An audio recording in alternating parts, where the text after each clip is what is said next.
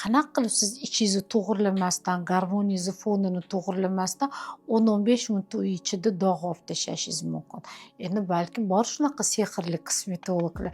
Mani praktikamda bu narsa yo'q. Menda bo'lmagan. Men o'zim aytib berishim mumkin. Bilasizmi? Onam rahmatli o'lganlarida menda juda ham kuchli stress bo'lgan va gormonal fonim o'zgargan.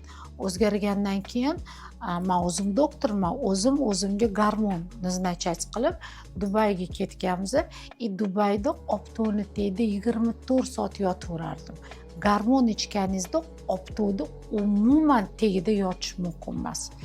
Men o'zim yotganman, chunki stress va holatda bo'lganman, juda ham yosh o'lib ketganlar onamlar. O'shandan keyin menga juda ham kuchli dog' tushgan.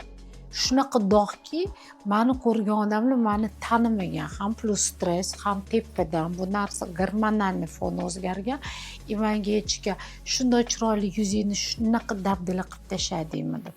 Buni ustida bilasizmi qancha ishladim? Juda ham ko'p.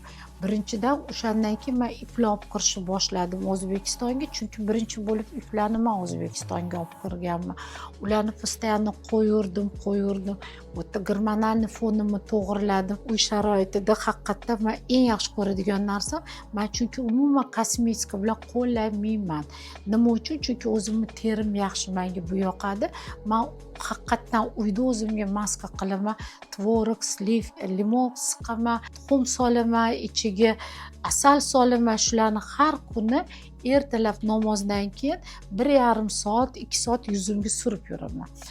Ham u taraflama, ham yuzimga ip qo'yib, ham gormonal fonimni to'g'irlaganimda meni yuzimda haqiqatdan dog' ketgan. Lekin даже mana haligacha ozgina ko'zi tagida o'sha dog' qolgan. Endi balki sehrli kosmetologlar, sehrli bir qanaqadir ularning tabletkasi bordir. Ular uy jarayonida 5 kunda ketqizsa, men ularga faqat tasanno deyman.